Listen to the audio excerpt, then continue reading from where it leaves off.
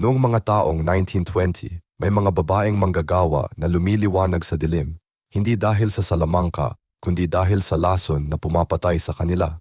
Sa mga pabrika ng relo, daan-daang babae ang nagpipinta ng radium sa mga dial.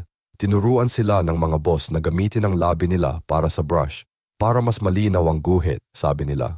Pero hindi nila alam na nakakamamatay ang ginagawa nila. Unang naging sintomas, ang kanilang ngipin ay naging puting-puti at nagniningning sa gabi. Pagkatapos, nagsimulang mabulok ang kanilang panga. Nahuhulog ang mga ngipin, dumudugo ang bibig, nagiging anemic, cancer. Pero ang mga kumpanya, tinatago nila ang totoo. Kahit alam nilang nakakamamatay ang radium, pinilit pa rin nilang magtrabaho ang mga babae. Walang babala, walang proteksyon. Nang nagsimulang mamatay ang mga manggagawa, tumanggi ang mga executives na magbayad ng kompensasyon. Pero lumaban ang mga radium girls. Sa korte, sa publiko, ang kanilang sakripisyo naging dahilan ng mga batas na nagpoprotekta sa mga manggagawa ngayon.